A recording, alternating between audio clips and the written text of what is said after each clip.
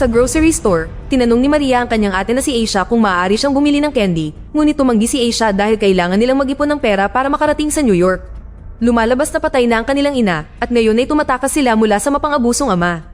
Tiniyak ni Asia kay Maria na ligtas na siya ngayon at ipinakita ang kanyang tato na ibon, sinabing hindi sila makukulong muli. Nang tumalikod si Asia, ninakaw ni Maria ang candy. Sa sandaling iyon, pumasok ang kanilang ama sa tindahan, kaya nagtago ang mga babae sa likod ng istante. Sinabi sa kanya ng manager na nakita niya sila sa likod, kaya sinimulan niya silang hanapin. Pagdating niya sa istante, ang tanging nakita niya ay ang iniwan na basket.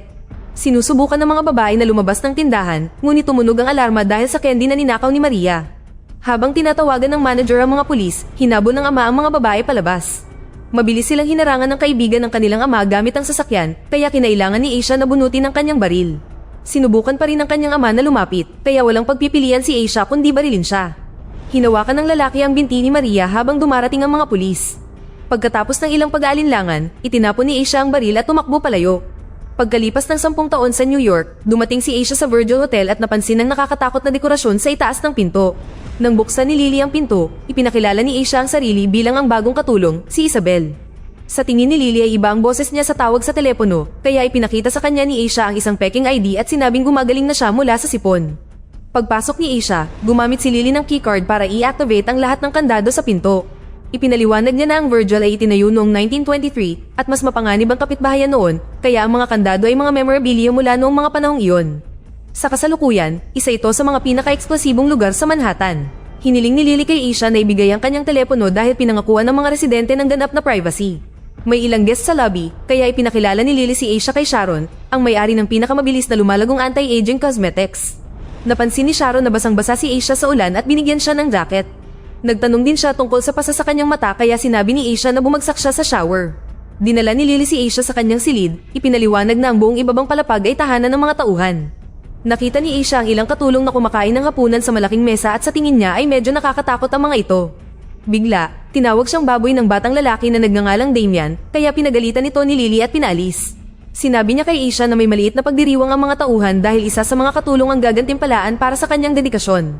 Nang sa wakas ay narating nila ang kwarto ni Asia, bumukas ang pinto at nakita ang asawa ni Lily na si Ray na nagsabing pinupulot lang niya ang basura. Pinaalalahanan siya ni Lily na lumayo sa mga baguhan, ngunit nagmura ito at umalis. Pagkatapos ay sinabihan niya si Asia na magpahinga ngayong gabi at bukas ay makakakuha siya ng susi at buong paglilibot. Pagkatapos, naligo si Asia at ang singaw ay naging sanhi ng paglabo ng salamin. Biglang lumitaw sa salamin ang mensaheng, papatayin ka nila, ngunit nawala ito bago lumabas si Asia. Nang maghanda siya para matulog, nakarinig siya ng kakaibang ingay sa mga vent na parang may humihinga. Umakyat siya sa upuan upang tingnan ng mas malapitan, ngunit nagulat siya sa isang mukha dahilan para bumagsak siya. Pagkatapos, narinig ni Asia ang isang babaeng tumatawa, kaya lumabas siya ng kanyang kwarto at nakitang walang tao sa pasilyo.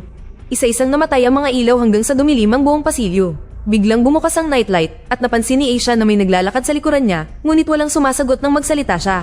Dahil sa takot, bumalik siya sa kanyang kwarto at nilock ang pinto, pinigilan ito gamit ang upuan. Sa kalagitnaan ng gabi, habang natutulog si Asia, may nagbukas ng pinto niya at sinubukang buksan ito, ngunit hindi maitulak dahil sa upuan. Pagkatapos ay lumitaw ang lalaki sa vent at gumamit ng lihim na daanan sa likod ng refrigerator para makapasok sa kwarto. Ang lalaki ay nakasuot ng maskarang baboy, ngunit may butas na nagpapahintulot sa kanya na dilaan ng paa ni Asia. Nang makalapit sa ulo niya, aksidenteng nalawayan nito ang mukha niya, kaya bigla siyang nagising.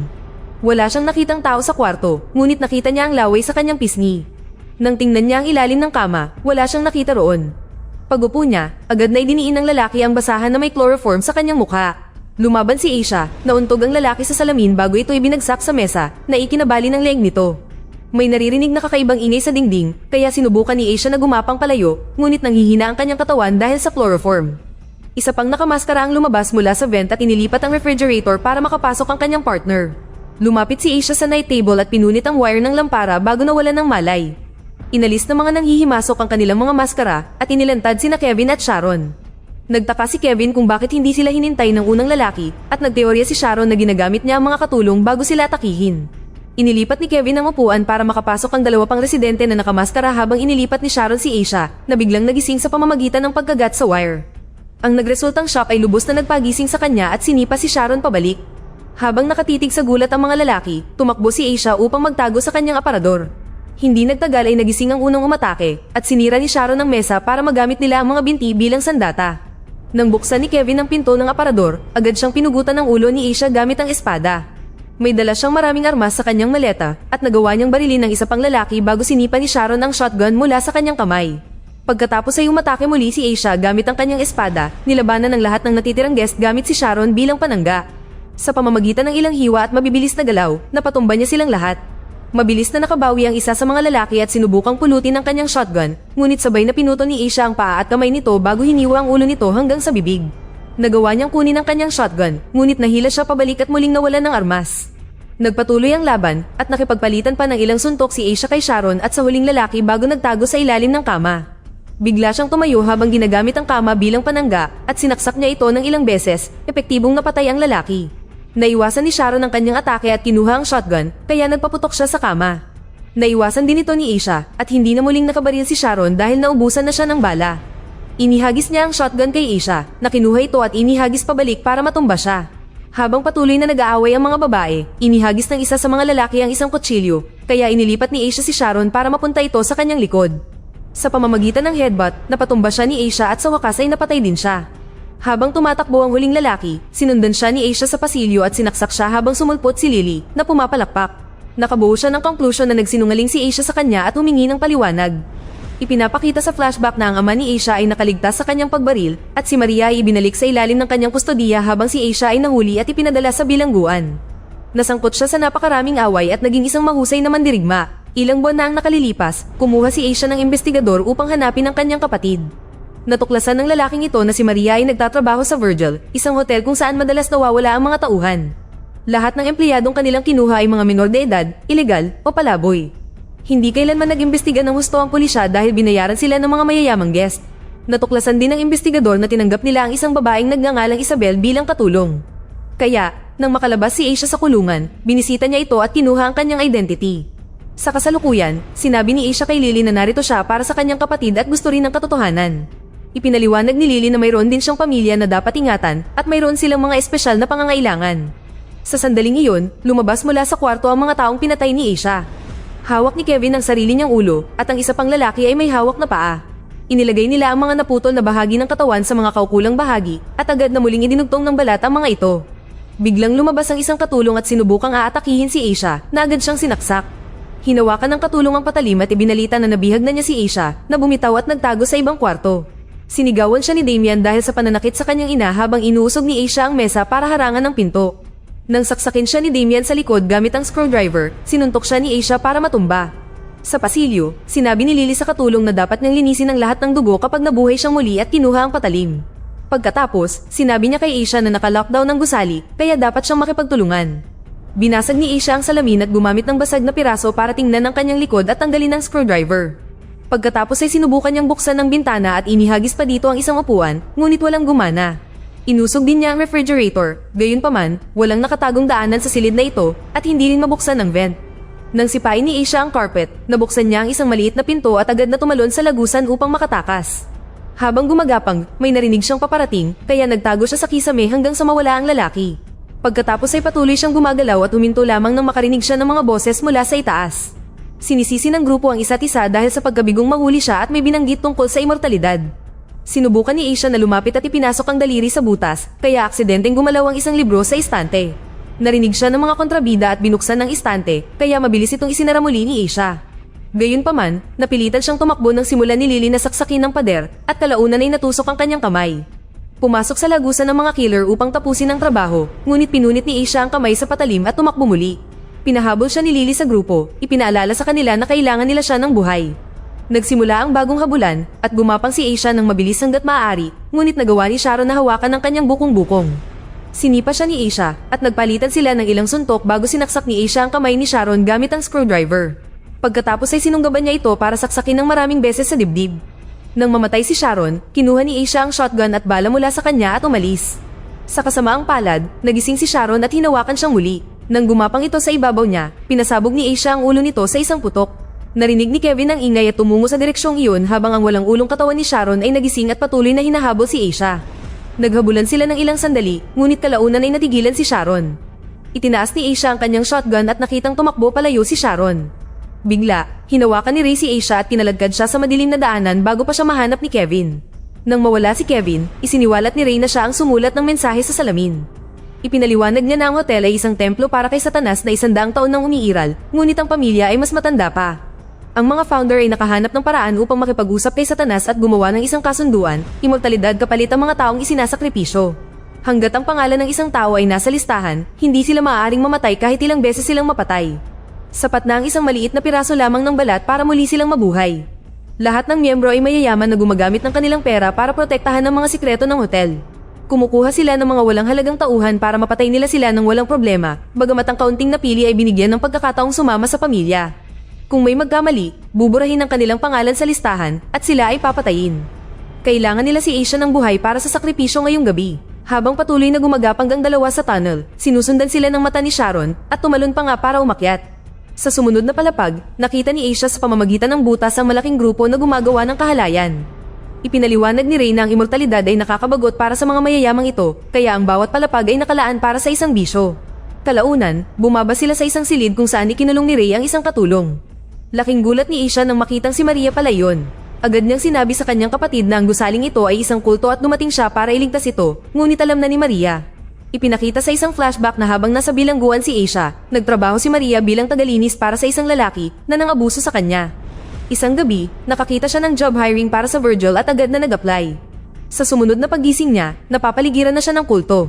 Siya dapat ang susunod na sakripisyo, ngunit ipinaliwanag ni Lily na nawalan sila ng isang katulong dahil nahuli nila itong nagnanakaw at inalok na lang nila kay Maria ang trabaho. Siyempre, tinanggap niya ito. Sa kasalukuyan, sinigawan ni Maria si Asia dahil sa pag-iwan sa kanya at sinabing ito na ang tahanan niya ngayon. Nag-insultuhan ng magkapatid at sa huli ay sinuntok ni Asia si Maria para mawalan ng malay. Pagkatapos, nagtanong siya kung paano makakalabas, kaya ipinaliwanag ni Ray na ang tanging posibleng pagtakas ay ang hagdan para sa sunog na nasa bubong at para makarating doon, kailangan niyang dumaan sa napakadelikadong ikasyam na palapag. Dahil pagod na siya sa hotel na ito, pumayag si Ray na tulungan siya. Biglang nahulog ang mata ni Sharon mula sa vent at piniga ito ni Asia. Samantala, natagpuan ni Kevin ang katawan ni Sharon na mayroong lahat ng impormasyon na nakita ng kanyang mga mata. Gumawa siya ng mga kilos para sabihin kay Kevin ang tungkol sa plano ni Asia at tinext niya ito sa kanyang mga kaibigan. Dalawang lalaki ang pumasok sa silid para hanapin si Asia, kaya mabilis niya silang binaril para itulak pabalik. Pagkatapos, kinarga ni Asia si Maria habang tumatakbo sila ni Ray at hinabol sila ni Lily, Kevin at isa pang lalaki. Nang makakita sila ng ilang babae sa pasilyo, itinulak sila ni Ray sa mga humahabol. Hinarangan din niya sila habang kinakaladkad ni Asia si Maria papunta sa dumbwaiter para makatakas. Nang buksan ni Kevin ang dumbwaiter, wala na ang magkapatid, kaya si Ray ang nahuli sa halip. Sa kusina, kinaladkad ni Asia si Maria palabas ng dumbwaiter at aksidenteng natumba ang isang kawali. Nakuha ng ingay ang atensyon ng isang kulto, kaya mabilis siyang nagtago sa likod ng mga kaldero. Kinuha ng lalaki ang shotgun mula sa dumbwaiter at itinulak ang mga kaldero para hanapin ang magkapatid, kaya sinubukan ni Asia na ipagtanggol ang sarili. Mas malaki ang lalaki at patuloy siyang binubugbog, gayunpaman, binasag ni Maria ang ulo nito gamit ang palakol. Sa kwarto ni Lily, tinanong niya si Ray kung bakit niya sila tinraidor. Sinabi niya na noong unang panahon, akala niya ay nakakatulong siya sa kapitbahayan sa pamamagitan ng paglilinis ng mga siraulo sa kalye, ngunit sa mga nakaraang taon, pinapatay nila ang mga inosenteng babae na naghahanap ng tapat na trabaho. Ipinaalala ni Lily sa kanya na dati silang mga walang halagang tao lamang at binigyan sila ng kulto ng tahanan. Ngunit sa tingin ni Ray, isa itong bilangguan. Nagambala siya ni Kevin dahil oras na para sa anunsyo, kaya iniwan ni Lily si Ray sa ilalim ng pagbabantay ni Sharon na unti-unting muling tumutubo ang ulo.